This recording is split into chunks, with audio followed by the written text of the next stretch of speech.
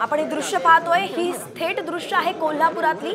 कोल्हापूरच्या दौऱ्यावरती आज शरद पवार आहेत आणि त्यांनी काही दिवसांपूर्वी जे कोल्हापुरातलं प्रसिद्ध केशवराव नाट्यगृह जळून खाक झालं होतं त्या नाट्यगृहाला भेट दिलेली आहे। सध्या शरद पवार केशवराव भोसले नाट्यगृहाची पाहणी करतायत। आजपासून कोल्हापूर दौऱ्यावरती शरद पवार आहेत आणि त्यात आता ते पहिल्यांदाच थेट पोहोचले आहेत ते केशवराव भोसले या नाट्यगृहाची पाहणी करायला। त्यांच्यासोबत आपण पाहतोय सतेज पाटील सुद्धा आहेत।